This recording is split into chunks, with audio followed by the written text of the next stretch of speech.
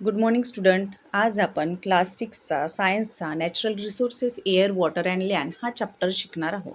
तर natural resources म्हणजे काय, तर जेही काही आपल्याला नेचरपासून जे रिसोर्सेस मिळत आहे त्याला नॅचरल रिसोर्सेस म्हणतात. जसं एअर, वॉटर, लँड हे नॅचरल रिसोर्सेस आहे. एअर म्हणजे काय, हवा.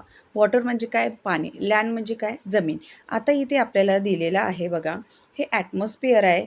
अर्थवरचं हे हायड्रोस्फिअर आहे आणि खाली लिथोस्फिअर दिलेला आहे. तर ॲटमॉस्फिअर म्हणजे काय, तर अर्थवर एअरनी जोही काही भाग घेतलेला आहे त्या पूर्ण भागाला एअरच्या ॲटमॉस्फिअर म्हणतात. आणि हायड्रोस्फिअर म्हणजे काय, अर्थवर जोही काही पाण्याचा भाग आहे, वॉटरचा भाग आहे त्याला हायड्रोस्फिअर म्हणतात. आणि अर्थवर जोही काही जमिनीचा भाग आहे त्याला लिथोस्फिअर म्हणतात. आता इथे दिलेलं आहे की ऑब्झर्व करा. Observe the picture alongside and answer the question. Where do we see the birds. आपल्याला बर्ड्स कुठे दिसत आहे बघा, आपल्याला बर्ड्स दिसत आहे इथे, राईट. तर हे बर्ड्स कुठे आहे, हे बर्ड्स आहे या ॲटमॉस्फिअरमध्ये. नंतर म्हटलेलं आहे की where is the cow grazing. Cow कुठे ग्रेझिंग करत आहे, काऊ कुठे चरत आहे, काऊ इथे चरत आहे. मग हे कुठे चरत आहे, ही जमिनीवर चरत आहे. म्हणजे तो कुठला भाग झाला, तो झाला लिथोस्फिअर. नंतर सांगितलेलं आहे की locate the trees and the road. इथे आपल्याला ट्रीज आणि रोड दिसत आहे का, तर बघा इथे ही कार जात आहे रेड कलरची आणि इथे रोड आहे. नंतर where does the river come from. River कुठून येत आहे, तुम्हाला दिसली आहे का रिव्हर, हे बघा इथे माउंटेनमधून किंवा हे डॅम पण असू शकते, इथून रिव्हर आलेली आहे. नंतर where is the aeroplane. Aeroplane कुठे आहे, एरोप्लेन आपल्याला इथे वर ॲटमॉस्फिअरमध्ये दिसत आहे. Where are the fish seen. Fish कुठे दिसत आहे, फिश इथे हायड्रोस्फिअर म्हणजे वॉटरच्या भागामध्ये म्हणजे नदीमध्ये दिसत आहे. On what is the sailboat floating. ही जी सेलबोट आहे, सेलबोट दिसली का तुम्हाला, हे बघा ही आहे सेलबोट, याला सेलबोट म्हणतात. ते कुठे आहे, ती पाण्यावर आहे. म्हणजे कुठल्या भागामध्ये आहे, ती आहे हायड्रोस्फिअरमध्ये. ठीक आहे, आता आपल्याला बघायचं आहे natural resources one by one. You can see that some things in the picture are in water, some on land and some in the sky. आपण इथे आता पिक्चरमध्ये काही वस्तू बघितल्या, काही पाण्यामध्ये आहे, काही जमिनीवर आहे, काही स्कायमध्ये आहे. स्कायमध्ये आहे म्हणजे ते एअरमध्ये आहे. Thus all things on the earth are associate with air, water and land. अर्थवर ज्याही काही सगळ्या वस्तू आहे ते सगळ्या कशाशी संबंधित आहे, ते एकतर एअरशी आहे, वॉटरशी आहे किंवा लँडशी आहे. बघा इथे दाखवलेलंच आहे. हे सगळ्या काही इथे अर्थवर ज्याही काही वस्तू आहे, ज्याही काही लिव्हिंग थिंग्स आहे, काही वस्तू आहे, त्या या एक तर वॉटर, एअर किंवा लँडशी संबंधित आहे. Air, water and land are called the earth atmosphere, hydrosphere and lithosphere. म्हणजे एअरला अर्थवरचं जे एअर आहे त्याला ॲटमॉस्फिअर म्हणतात, वॉटरच्या भागाला हायड्रोस्फिअर म्हणतात आणि लँडच्या भागाला लिथोस्फिअर म्हणतात. More ever different living things occupy this 3 spheres of the earth. These living things and the parts of the these living things and the parts of the lithosphere, hydrosphere and atmosphere which they occupy are together are called biosphere. तर biosphere म्हणजे काय, तर सगळे living things म्हणजे काय, सजीव म्हणजे ज्याहीमध्ये काय आहे, जीव आहे, जे जिवंत आहे, सगळे लिव्हिंग थिंग्स. आणि लिथोस्फिअरचा भाग, हायड्रोस्फिअरचा भाग आणि ॲटमॉस्फिअरचा भाग हे सगळ्यांनी मिळून काय बनलेलं आहे, अर्थवर बायोस्फिअर बनलेलं आहे. This spheres have formed on the earth naturally. आणि हे जे स्पिअर आहे, लिथोस्फिअर, हायड्रोस्फिअर, ॲटमॉस्फिअर, हे कुणी तयार केलेले आहे, कोणत्या माणसाने तयार केले, कोणत्या व्यक्तीने तयार केले का, नाही, ते नॅचरली म्हणजे ते नैसर्गिकच तयार झालेले आहे अर्थवर. We have learn all these in previous स्टँडर्डमध्ये आपण हे शिकलो होतो. बघा इथे दिलेले आहे नॅचरल रिसोर्सेसची definition. Air, water and land are the factors important for sustaining the living world on the earth and for fulfilling their basic needs. They are called natural resources. बघा हवा आहे, पाणी आहे, जमीन आहे, हे जे फॅक्टर्स आहे हे अर्थवर लिव्हिंग थिंग्सला सस्टेन करण्यासाठी आणि त्यांचे जे बेसिक नीड्स आहे, जे आवश्यक, जे त्यांच्या गरजा आहे त्या पूर्ण करण्यासाठी हे नॅचरल रिसोर्सेस फार गरजेचे आहे. आणि त्यामुळे हवा, वॉटर आणि लँडला नॅचरल रिसोर्सेस म्हणतात. ठीक आहे, मग एअर का गरजेचं आहे आपल्याला? कारण की एअरमध्ये काय असते, ऑक्सिजन असते जे आपण ब्रेथिंगमध्ये यूज करतो, वॉटर जे आपल्याला पिण्यासाठी उपयोगी असते, लँड म्हणजे काही जमीन जे आपण शेती करण्यासाठी किंवा आपले घर बांधण्यासाठी किंवा जमिनीतून काही आपल्याला नॅचरल रिसोर्सेस काढायचे असेल ते त्यासाठी आपल्याला उपयोगी पडते. The atmosphere is the layer of air that surround the earth. Atmosphere म्हणजे काय? तर ॲटमॉस्फिअर हे एक हवेची लेअर आहे जिनी अर्थला पूर्ण काय केलेलं आहे, कव्हर केलेलं आहे. The surface of the earth comprises water and land that is hydrosphere and lithosphere. परत इथे सांगितलं आहे की अर्थवर वॉटरचा जो भाग आहे ते हायड्रोस्फिअर आहे आणि जमिनीचा जो भाग आहे तो लिथोस्फिअर आहे. Of this the hydrosphere occupies a much large part than the लिथोस्फिअर.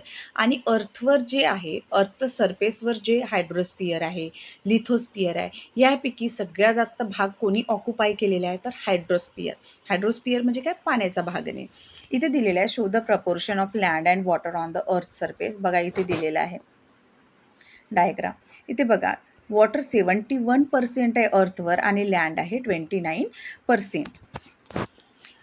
We also look upon these natural component in solid, liquid and gaseous form as resources. आणि हे जे रिसोर्सेस आहे आपल्याला सॉलिड फॉर्ममध्ये, लिक्विड फॉर्ममध्ये आणि गॅसेस फॉर्ममध्ये सुद्धा मिळतात.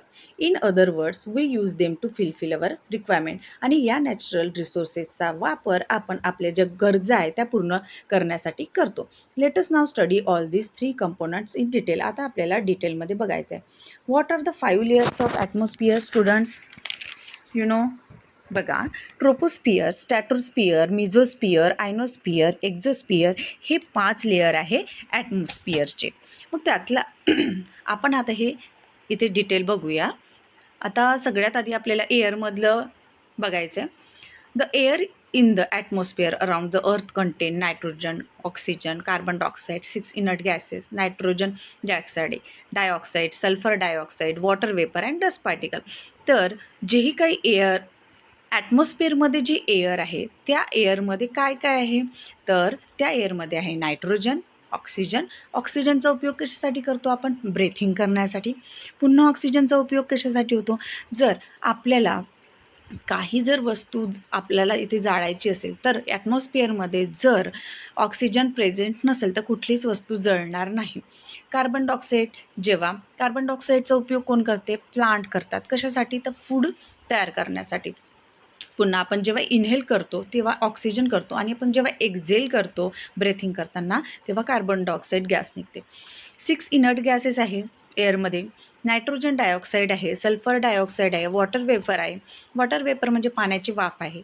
डस्ट पार्टिकल, डस्ट म्हणजे काय? धुळेचे कणं आहेत. द ट्रोपोस्फिअर कंटेन अबाउट, बघा मी तुम्हाला जो फर्स्ट लेअर सांगितली होती ॲटमॉस्फिअरची ती आहे troposphere. Troposphere contain about 80% of total mass of gases in the air. एअरमध्ये जेवढे काही गॅसेस आहेत त्या गॅसेसपैकी 80% टोटल मास हे ट्रोपोस्फिअरमध्ये आहे. While this proportion is about 19 in the stratosphere. मग सेकंड जी लेअर आहे ती आहे स्ट्रॅटोस्फिअरची. त्यामध्ये किती गॅसेस आहे? त्यामध्ये आहे 19%. In the mesosphere and ionosphere. बघा स्ट्रॅटोस्फिअर नंतर येते मिझोस्फिअर आणि नंतर ionosphere. The proportion of mass of gases goes on decreasing. आणि जसं जसं वर जाऊ तर गॅसेसचं जे प्रमाण आहे, गॅसेसचं जे मास आहे ते कमी कमी होत जाते.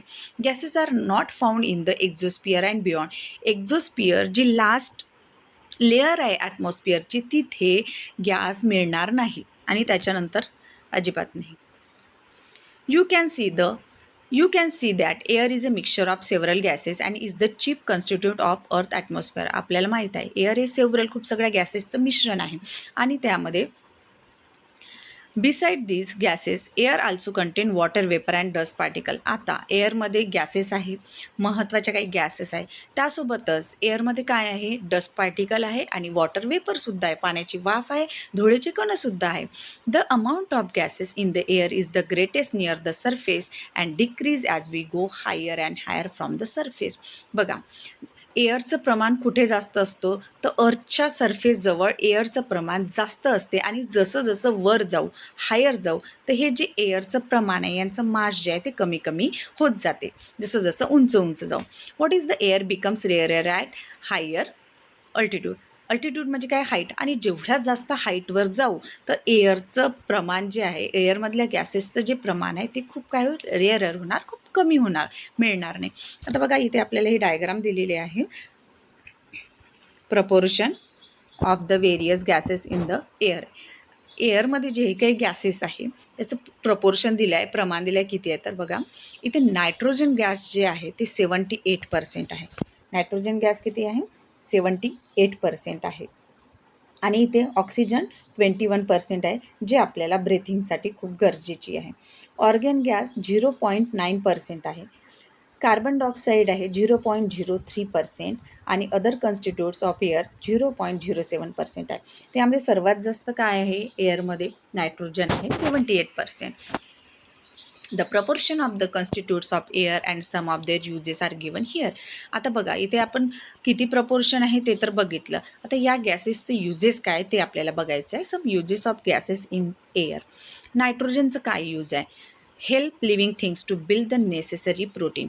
नायट्रोजन गॅस लिव्हिंग थिंग्सला ज्याही काही गरजेचं प्रोटीन आहे त्याला बिल्ड करायला, तयार करायला नायट्रोजनची आपल्याला मदत होते. It is useful in the production of ammonia and in airtight packaging of foodstuffs. Ammonia तयार करण्यासाठी याचा उपयोग होतो नायट्रोजनचा. आणि बघा काही फूडस्टफ जे एकदम एअरटाईट पॅक करतात तर त्या पॅकेजिंगमध्ये नायट्रोजन गॅस भरल्या जाते, जेणेकरून फूड खराब होऊ नये म्हणून. आणि ऑक्सिजन बघूया, necessary for respiration in living things and for combustion. Oxygen gas ही लिव्हिंग थिंग्समध्ये रेस्पिरेशनसाठी गरजेचं आहे. आणि फॉर कंबशन. कंबशन म्हणजे काय मी तुम्हाला सांगितलं आहे, कंबशन म्हणजे ज्वलन होणे. म्हणजे काही वस्तू जर जाळायची असेल किंवा जाळायची असेल तर त्यासाठी आपल्याला ऑक्सिजन गॅस जर इन्व्हायरमेंटमध्ये नसेल तर कुठलीही वस्तू जळणार नाही. त्यामुळे कंबशनसाठी ऑक्सिजन गॅस फार गरजेची असते. Carbon dioxide, plants use it for producing their food, use in fire extinguish. तर प्लांट्स फोटोसिंथेसिस प्रोसेसमध्ये त्यांचं फूड तयार करण्यासाठी कार्बन डायऑक्साईडचा वापर करतात, यूज करतात आणि फूड तयार करतात. आणि फायर एक्सटिंग्विशर असते त्याच्यामध्ये कार्बन डायऑक्साईड गॅस यूज केल्या जाते. बघा ऑक्सिजनचा उपयोग कंबशनसाठी होतो, ज्वलनासाठी. आणि कार्बन डायऑक्साईडचा उपयोग ते जळालेले वस्तूला विझवण्यासाठी होतो. त्यामुळे याला फायर एक्सटिंग्विशरमध्ये यूज केलं जाते. Organ use in electric bulb. Organ gas जे आहे ते इलेक्ट्रिक बल्बमध्ये यूज केले जाते. आणि हिलियम बघायचं आहे, use for obtaining low temperature. जर कुठेही जर लो टेम्परेचर मिळवायचं असेल तर तिथे हिलियम गॅस यूज केला जाते. हिलियम गॅस ही बलूनमध्ये पण यूज केल्या जाते. जर बलूनमध्ये हिलियम गॅस भरले, तिला सोडून दिलं तर ते आपोआप वर जाईल. आणि तुम्ही एअर बलून बघितलं असणार, एअर बलूनमध्ये सुद्धा हिलियम गॅस यूज केल्या जाते. आणि for generating lift in airship. एअरशिपला लिफ्ट करण्यासाठी हिलियम गॅसचा यूज होतो. Neon use in decorative lights and for street lightning. जे डेकोरेटिव्ह जे लाईट्स असतात त्यांच्यामध्ये निऑन गॅस यूज होते. आणि जे रस्त्यावरचे जे लाईट्स असतात त्यामध्ये सुद्धा निऑन गॅस यूज होते. Krypton use in fluorescent tube. Fluorescent tube जे असतात त्यामध्ये क्रिप्टॉन ही गॅस असते. Xenon use in flash photography. Flash फोटोग्राफीमध्ये झिनॉन ही गॅस यूज केल्या जाते. आय होप तुम्हाला समजलं असेल. काही डाऊट असेल तर तुम्ही मला कमेंट सेक्शनमध्ये सांगू शकता.